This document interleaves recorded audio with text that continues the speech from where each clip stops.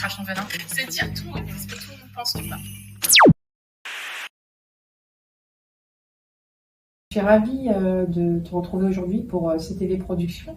Alors, moi aussi, merci CTV Productions, comme tu sais, c'est les contre-vérités.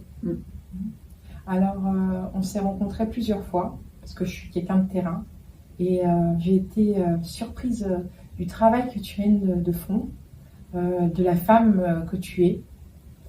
J'aimerais que tu nous en dises plus, hein, à moi et à tous les autres. Je voudrais que tu me dises qu'est-ce qui t'a fait aller au combat pour l'humain, on va dire ça comme ça, parce qu'il y a des mots bien précis, on utilise des formulations, et moi je préfère la simplicité. Qu'est-ce qui t'a motivé à faire tout ce que tu fais pour le droit humain à l'international? Mais déjà, je te remercie tout d'abord, Lydie, de cette présentation et de cette invitation dans ton émission, que j'apprécie beaucoup parce que justement ces contre-vérités, elles ont besoin d'être dites. Donc je me présente, donc je suis Mylène Escudier, la présidente de la Commission des citoyens pour les droits de l'homme. C'est une association qui existe en France depuis 1974 dans le but de faire des droits de l'homme une réalité en psychiatrie, donc dans le domaine de la santé mentale. Et le domaine de la santé mentale, c'est un domaine qui est très large, qui est très vaste. Donc ça touche les enfants, les personnes âgées, les travailleurs, tout ce qui a trait à la santé mentale. Et notre message et notre combat en tant qu'association, c'est justement d'apporter de la dignité, faire en sorte que la dignité et les droits les plus fondamentaux soient respectés. Parce qu'aujourd'hui, les patients en psychiatrie, et j'aime pas forcément le terme patient, sont avant tout des citoyens, des personnes qui ont des droits et des voies de recours. Elles sont catégorisées, elles peuvent être discriminées. Et donc nous sommes là pour leur dire, vous avez des droits, des voies de recours, on ne doit pas abuser de vos droits. Et on aide du coup, donc moi je suis la présidente de l'association, et en tant que présidente, c'est mon combat de tous les jours, à titre bénévole, d'aider justement les familles et victimes d'abus en psychiatrie, que ce soit hospitalisation sous contrainte, traitement inhumain et dégradant. On voit que ça te tient à cœur. Tu parles, alors je vois que tu parles au nom de tous, tu portes ton association, mais en tant que femme, on est quand même le 8 mars aujourd'hui, c'est la journée des droits de la femme, à l'international encore une fois. Comme toi, tu fonctionnes à l'international, je voudrais savoir, toi, en tant que femme, aujourd'hui, toi, tu es présidente de cette association, mais qu'est-ce qui t'a amené, toi, la personne que tu es, Mylène, à vouloir faire tout ça? Alors, j'ai une amie, en fait, quand j'étais plus jeune, qui a été hospitalisée en psychiatrie. Ça allait pas bien dans ses études et elle s'est retrouvée en pleine détresse à être internée sous contrainte en psychiatrie. Et en tant qu'amie, j'ai voulu avoir de ses nouvelles. J'étais très inquiète de ne pas avoir de ses nouvelles, de ne pas savoir où elle se trouvait. Déjà, j'ai constaté qu'il y a un manque d'informations flagrant quand une personne est hospitalisée de force. Ça a été confronté à la désinformation. Exactement, une désinformation. Et pourtant, j'étais proche, c'était vraiment une amie d'enfance, et également voisine. T'as pas pu avoir de ses nouvelles à travers sa famille? J'ai pu, mais ça a été pas simple, eux aussi, pour avoir des nouvelles d'elle au sein de l'institution psychiatrique, et même pour avoir un droit de visite. D'accord, ça c'est quelque chose d'important que tu nous dis là. Ouais, c'est-à-dire que le droit de visite... c'est-à-dire que quand on est interné, j'ai vraiment compris, moi j'étais plus jeune, j'avais pas connaissance du milieu psychiatrique, c'est-à-dire que souvent, la psychiatrie, on a tendance à dire « Oh là, c'est pas pour moi, tant que j'ai pas de problème, on n'en parle pas ». Mais sauf que ça peut nous toucher parce que ça peut nous toucher par un ami qui à un moment donné va pas bien et se retrouve hospitalisé de force en psychiatrie, ou ça peut être dans le cadre, ça je l'ai su plus tard, parce qu'après j'ai connu l'association CCDH, je suis devenue bénévole, et au fur et à mesure j'ai fait de plus en plus d'actions et je me suis impliquée de plus en plus, et c'est pour ça qu'aujourd'hui je suis devenue présidente de l'association. Justement, pour revenir sur ton amie, au bout de combien de temps tu as réussi à avoir des nouvelles de cette personne? Ça, j'ai pu avoir des nouvelles en travaillant dur ça a duré à peu près une semaine quand même, pour grappiller les informations, savoir où elle était, dans quel service, pouvoir lui téléphoner aussi. Parce et pendant ce temps-là, ton ressenti à toi en tant que... l'inquiétude, et surtout pourquoi en fait. C'est-à-dire qu'en fait, je me suis dit, mais elle n'est pas criminelle. C'est-à-dire qu'aujourd'hui, un prisonnier peut avoir plus de droits qu'un patient en psychiatrie. Est-ce que ton amie était plus violente plus que ça? Pas du tout. Du tout. Elle était juste déprimée. D'accord. Voilà. C'était une dépression. Ouais, exactement. Avec des difficultés scolaires. Mais voilà. Il n'y avait jamais eu de violence envers qui que ce soit. Pas du tout. Non, non. Et c'est d'ailleurs ce qui m'a le plus choquée, c'est que je me suis dit, mais comment quelqu'un qui n'est pas violent peut se retrouver enfermé comme incarcéré, privé de ses libertés les plus fondamentales en fait. La liberté d'aller et venir, la liberté du coup de pouvoir sortir, de pouvoir rencontrer, de pouvoir communiquer, avoir le choix. Et je me suis dit, mais comment elle va aller mieux s'il n'y a aucun humain en fait? Et j'ai réussi à la voir, mais ça a été un combat. Et on parlait du droit de visite justement, même la famille. Alors c'est positionné dans l'intérêt, entre guillemets. Alors je dis entre guillemets, parce que c'est très subjectif. C'est-à-dire, on va dire, non, on va vous couper du monde. On vous interne en psychiatrie de force, on vous coupe du monde, on vous coupe de vos proches. Mais sauf que la personne qui est internée, elle ne sait pas pourquoi on lui a coupé. Elle se demande pourquoi mes parents ne m'appellent pas, mes amis ne m'appellent pas, mais en fait on ne peut pas parce qu'ils refusent la communication. C'est que ça dépend que du médecin en charge. Exactement. De la patiente. Ouais, tout à fait. Donc c'est au bon vouloir de la personne qui s'occupe de cette patiente et qui estime plus ou moins si elle est apte ou pas à recevoir de la visite et sans même en informer la patiente. Alors, on ne sait pas ce qu'ils disent aux patients. Oui, mais quand tu as eu ton amie, est-ce qu'on lui avait dit que c'était pour son bien et que c'était le médecin qui avait interdit les visites? Elle était tellement sédatée qu'elle n'était pas en état de comprendre ce qu'on lui disait. D'accord. Vraiment. Et ça, c'est le deuxième constat que j'ai fait, c'est qu'en plus de cette absence de contact humain ou cette rupture en fait avec son entourage, ce qui m'a choquée, c'est de ne pas la reconnaître. C'est-à-dire c'est une personne jeune qui communique très bien, personne, je dirais, normale en fait. Et là, tu l'as trouvé. Et là, j'ai trouvé complètement léthargique et hébétée, à avoir. C'était difficile pour elle de communiquer, de se rappeler. Et j'ai dit, c'est pas possible, quoi. Elle t'a quand même reconnue? Oui, tout à fait, mais avec difficulté. Enfin, une sorte de léthargie, vraiment, une sédation qui était importante. Tu as ressenti quelque chose à travers son regard? Du vide. Voilà. Vide. Ouais, comme une absence de vie. Et ça choque. Alors, quand tu es repartie de cette visite, tu étais, j'imagine, dévastée. Ouais. Et c'est de là que tu t'es dit, il faut faire quelque chose? Oui, tout à fait. Et c'est de là que je me suis renseignée vraiment sur, il doit y avoir une association, il doit y avoir des gens qui combattent ça, parce que pour moi, j'ai trouvé l'inhumain, mais en plus de ça, je me suis dit, mais il faut le combattre.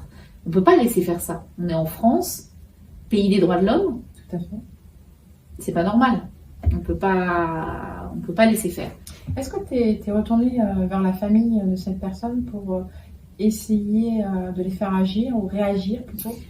Oui. Après, il y a aussi ce sentiment, je dirais, du faire confiance au médical, aux blouses blanches. Et je dirais que ça a été le début de mon constat de l'époque. Et ça a été renforcé avec mes longues années d'expérience au sein de l'association, sur le fait que, en fait, on n'ose pas contredire. Le médecin dit que, si le médecin dit que, c'est que forcément, ça va être pour le bien de la personne. Tu veux dire qu'on considère que le médecin a la science infuse et qu'il est maître de tout?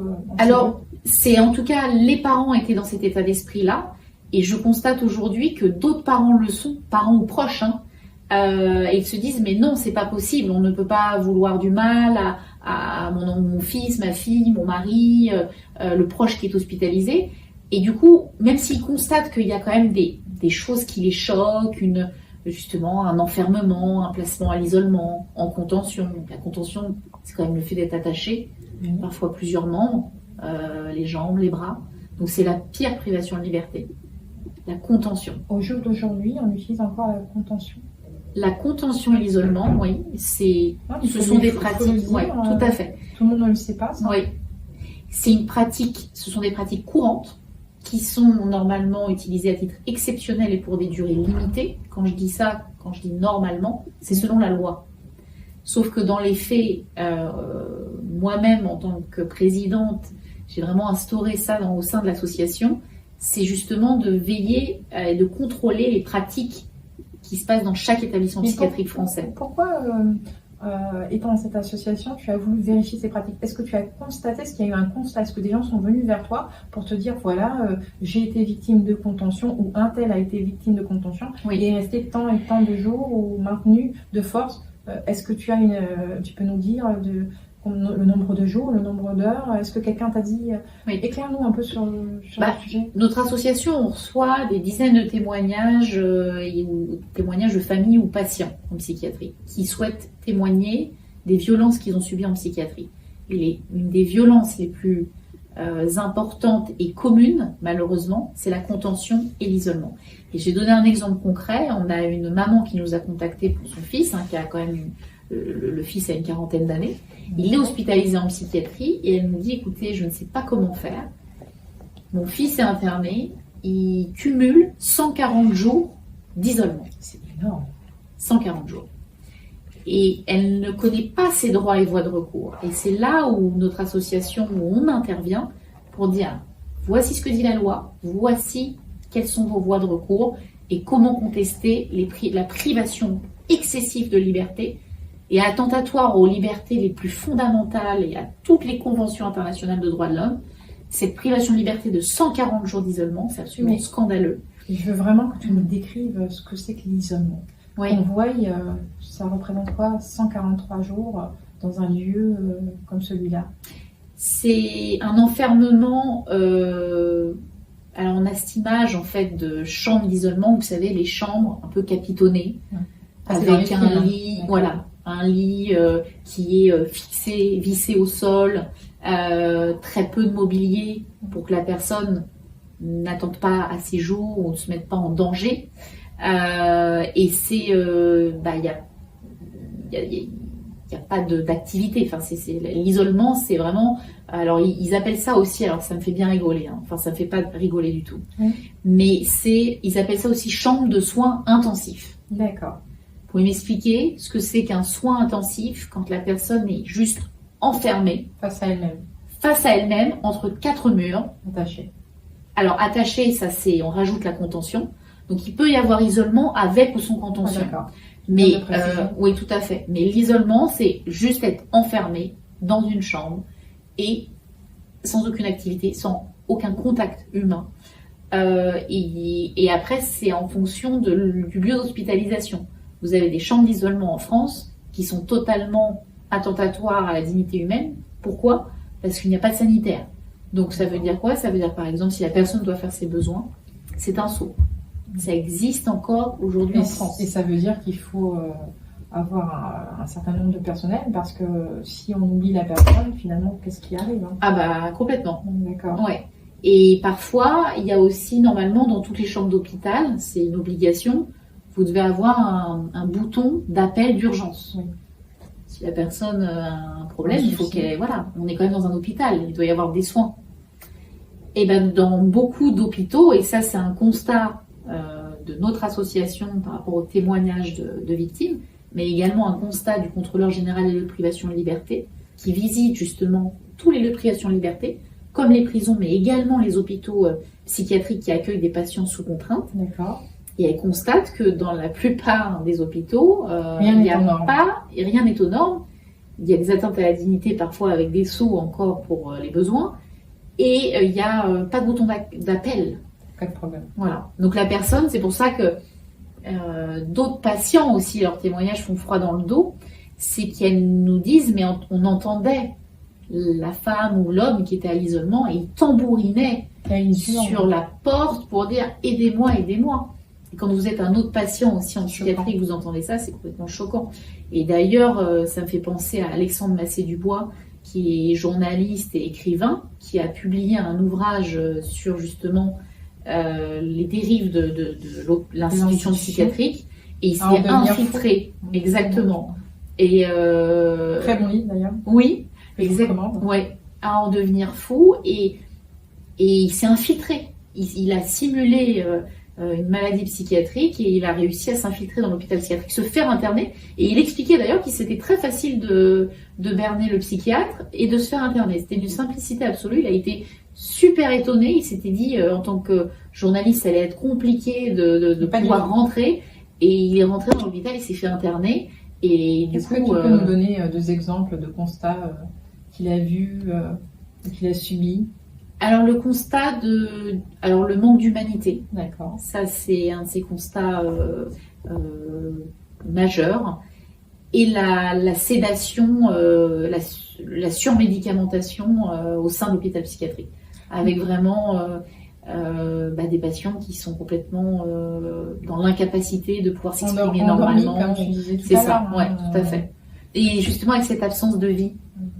Et ça, c'est ce vide et c'est cette image de la personne qui est hospitalisée et cette tristesse. C'est vraiment violent. Moi, c'est ce qui l'a le plus marqué. Oui. Alors, je veux pas parler pour lui. Attention. Je pense que son témoignage est super intéressant et on lui demandera de venir. Hein. Oui, tout à fait. Ouais. Et il serait très intéressé. Je me rappelle parce que j'ai lu le bouquin. Ouais. Et il y a une petite anecdote sur une jeune femme qui a atteint d'un handicap qui se plaint d'un détenu qui abuse d'elle. Oui. Vrai. On est le 8 mars quand même, et je tenais à souligner ce propos où elle va vers les soignants en disant, parce qu'elle a atteint un handicap, je ne sais plus quel handicap, et elle dit oui, et du coup elle vient vers justement ce journaliste pour lui dire, elle ne sait pas que c'est un journaliste, comme il s'est fait passer pour un salvation, oui il abuse, il veut toujours me toucher, il me touche, j'en ai peur. Et ça l'a... Je me rappelle de ce petit passage. Oui, c'est vrai. Et du coup, là, il dénonce un point qui est très important. C'est les violences sexuelles en psychiatrie. Ça, c'est quelque chose pour lequel notre association se bat également. Une personne en psychiatrie est une personne vulnérable. Totalement. Et certains, même professionnels de santé, profitent de cette vulnérabilité. Il y a eu des affaires plus ou moins médiatiques de psychiatres qui justement abusent de leurs patientes. Voilà, ça c'est absolument scandaleux. Mais en plus de ça, il y a les agressions sexuelles entre patients. Et justement, il pointe ce sujet dans son livre, et je remercie Alexandre Massé-Dubois pour parler de ça, parce que c'est tabou, on n'en parle pas assez. Le sujet des violences sexuelles et agressions sexuelles, on n'en parle pas assez. C'est tabou, je dirais comme un peu le sujet de la psychiatrie finalement, ce sont des sujets tabous qui dérangent. Et surtout, on voit le rapport de force. On voit que cette personne qui est hospitalisée est déjà atteinte d'un handicap et elle se retrouve face à un prisonnier d'une violence extrême et qu'elle subit alors qu'elle est déjà elle-même internée, que lui-même est hospitalisé et qu'il en abuse constamment. Elle devient le jouet de cet homme. Oui. Et c'est là où on voit le gros problème aussi, c'est qu'en psychiatrie, on mélange tout le monde. Et il y a même parfois des mineurs qui sont placés aussi dans les services avec adultes. Un petit peu de mineurs. Et alors les mineurs, c'est un sujet qui nous touche. Bon, moi, je suis maman déjà, je suis maman de 3 enfants. Donc la protection des enfants, enfin, bien sûr, je protège mes propres enfants, mais c'est les mineurs, les enfants, c'est notre avenir. C'est la base. Voilà. Donc on doit avant tout assurer un avenir, le meilleur avenir pour eux, et pour ça on doit travailler tous les jours pour le faire. Mais je suis scandalisée de voir qu'aujourd'hui, un mineur, que ce soit un gamin de 6 ans, comme un mineur de 17 ans qui est à l'aube de sa majorité, a moins de droits et voies de recours qu'un majeur qui est hospitalisé dans les mêmes conditions. Aujourd'hui, un mineur... Comme tu le disais tout à l'heure, a moins de droits qu'un prisonnier. Ah bah déjà, un patient majeur hospitalisé sous contrainte en psychiatrie a souvent... Exactement. C'est là où toi tu interviens. Exactement. Alors parle-nous un peu de tout ça. Oui. Alors aujourd'hui, quand vous êtes interné en psychiatrie, si vous êtes adulte sous contrainte, vous allez passer devant le juge des libertés et de la détention dans un délai de 12 jours. Pour préparer cette audience, vous aurez droit à un avocat de votre choix ou un avocat commis d'office. C'est un moyen de pouvoir contester l'hospitalisation si vous la considérez être abusive. Tout à fait. Vous pouvez contester. C'est un droit important et fondamental qui a été instauré assez récemment, mais qui enfin est mis en place et qui existe en France. Alors je dirais qu'on peut encore travailler sur l'amélioration de cette audience, comment elle se Qu'est-ce qui a réalise, permis etc. qu'il y ait ce droit, justement? Alors, un long combat, Merci. je dirais, de plusieurs personnalités. Il y a eu beaucoup de travail d'avocats. Notre association s'est toujours positionnée en faveur de la judiciarisation des hospitalisations sous contrainte et des mesures privatives de liberté en psychiatrie, dont les mesures de contention et d'isolement. Et juste pour terminer sur les mineurs, pour comparer justement les droits des majeurs hospitalisés sous contrainte et les droits des mineurs hospitalisés en psychiatrie, il faut considérer qu'aujourd'hui, le système juridique du mineur, c'est qu'il est considéré automatiquement en soins libres. Il n'est pas considéré en soins sous contrainte. Pour autant, c'est quelqu'un d'autre qui demande son hospitalisation en psychiatrie. Donc la contrainte, elle est réelle. Ça peut être un membre de sa famille, ça peut être également pour les enfants qui sont placés à l'aide sociale à l'enfance. La loi autorise aujourd'hui qu'un directeur de l'aide sociale à l'enfance demande l'hospitalisation d'un enfant placé. Donc là, il y a vraiment... Comment on peut réfuter, par exemple, cette demande? Le mineur n'a aucun moyen de réfuter. Il n'y a pas de médiateur.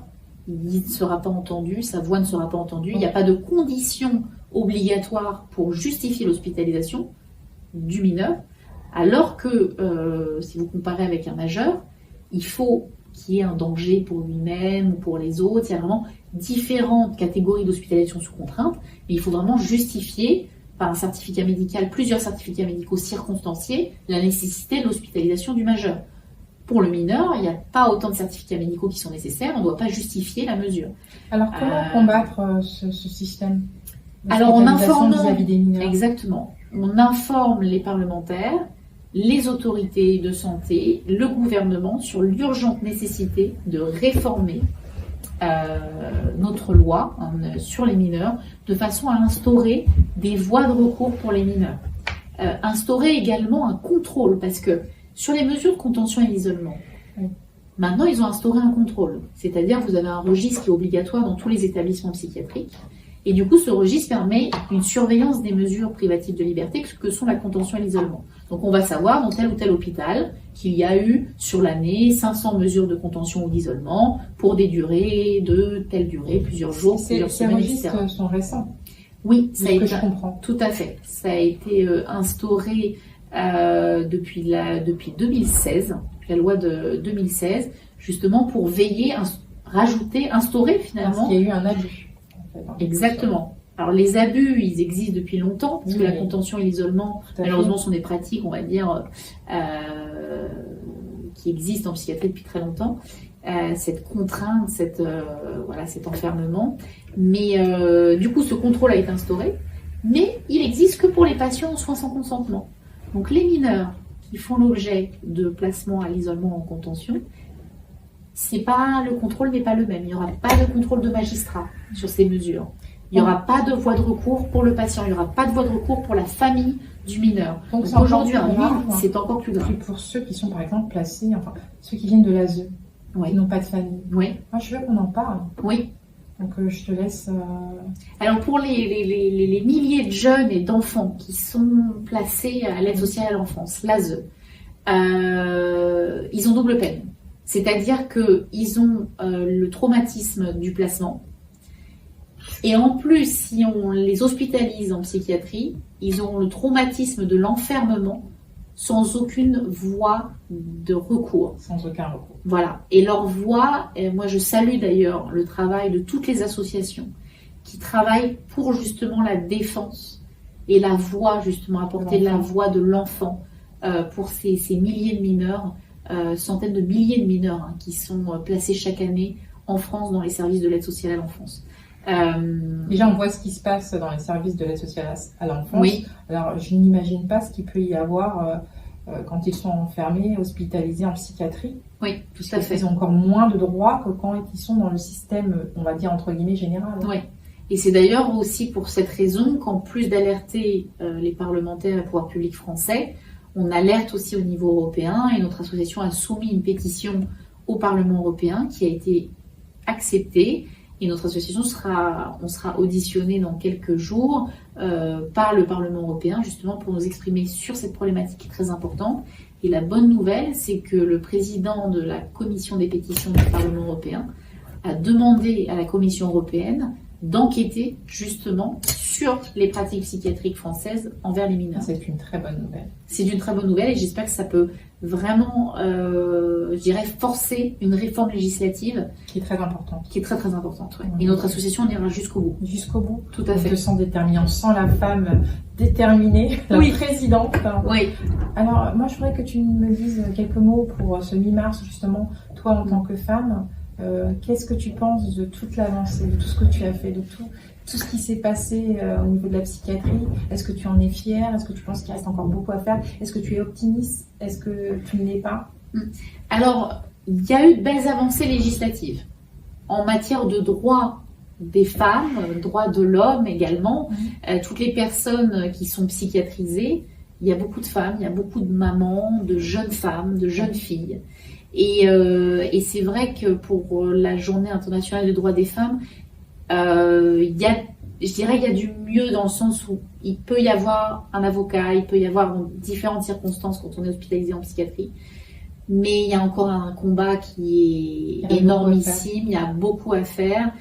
Je dirais qu'aujourd'hui, sur le papier, la loi, si elle était strictement appliquée, déjà, il n'y aurait pas autant d'hospitalisation sous contrainte, il n'y aurait pas autant de mesures privatives de liberté, il y aura un consentement libre et éclairé, chose qu'aujourd'hui, il n'y a absolument pas en psychiatrie. Et sur la femme, il y a encore beaucoup de violences sexuelles, beaucoup d'atteintes à la dignité, manque d'intimité aussi en psychiatrie. Donc, beaucoup de choses à revoir. Beaucoup de choses à revoir. Et je pense aussi aux jeunes femmes qui doivent être protégées parce que quand elles sont hospitalisées avec des majeurs hommes, voilà, c'est exactement. Donc ça, c'est un vrai problème. Est-ce que tu es optimiste ou pas? Oui, parce que pourquoi, je vais te dire clairement pourquoi je suis optimiste. Parce que tous les jours, je travaille pour cette cause. Et je travaille avec une équipe formidable, avec des gens formidables qui sont déterminés comme moi et qui et c'est vrai que le fait d'y faire quelque chose, ça me permet d'être optimiste. Mais je pourrais pas dire ça si je n'y faisais rien, si je fermais les yeux sur ce problème qui est tellement important et qui est devant nos yeux et pour lequel encore beaucoup de gens ont tendance à le mettre de côté. À détourner le regard. Je refuse de fermer les yeux. Non, ouais, j'observe bien ce qui se passe, j'écoute bien également les victimes et les familles et je les mets en relation avec des professionnels du droit pour justement de A à Z jusqu'au bout. Ouais, jusqu'au bout. C'est important de préciser ça aussi. Ouais, c'est-à-dire qu'on travaille avec un réseau d'avocats. Peu importe la difficulté. Tout à fait. Va jusqu'au bout des choses. Il faut que ça ait toujours attrait à la psychiatrie, que ce soit un abus psychiatrique. C'est vrai que on ne peut pas travailler sur toutes les problématiques d'atteinte aux droits de l'homme sur tous les sujets, mais la psychiatrie, on est peu à travailler sur cette optique de respect des droits et voies de recours des personnes hospitalisées en psychiatrie. Est-ce qu'il y a eu quelques petites victoires? Oui, il y a de belles victoires de personnes qui ont notamment, des personnes qui ont pu, grâce à notre action, que ce soit des actions intentées judiciairement au pénal, en responsabilité, ou auprès, parfois on intente des actions auprès des conseils de l'ordre des médecins, quand il y a vraiment atteinte et un non-respect du code de déontologie médicale. Et ça permet la libération de personnes qui ont été maltraitées depuis des mois en psychiatrie. Ça permet la suppression de l'enfermement systématique en chambre d'isolement. Ça permet le démarrage d'enquête diligentée par le procureur quand on aide à la rédaction d'une plainte pénale, quand il y a vraiment des dysfonctionnements très graves qui ont parfois entraîné la mort dans des circonstances très troublantes. On n'en parle pas, généralement on n'en parle pas. Oui, on n'en parle pas. C'est bien d'en parler. Oui, bien. Et je te remercie. Et c'est vrai que là-dessus, on accompagne notamment plusieurs familles actuellement qui ont malheureusement vécu la mort inexpliquée de leurs proches en psychiatrie. Et il faut beaucoup de... Vraiment, je tire mon chapeau à toutes ces familles qui ont un courage inouï parce que il faut se battre contre l'institution. C'est pas facile. En plus, quand on a la tristesse, la détresse suite à la perte de l'être cher.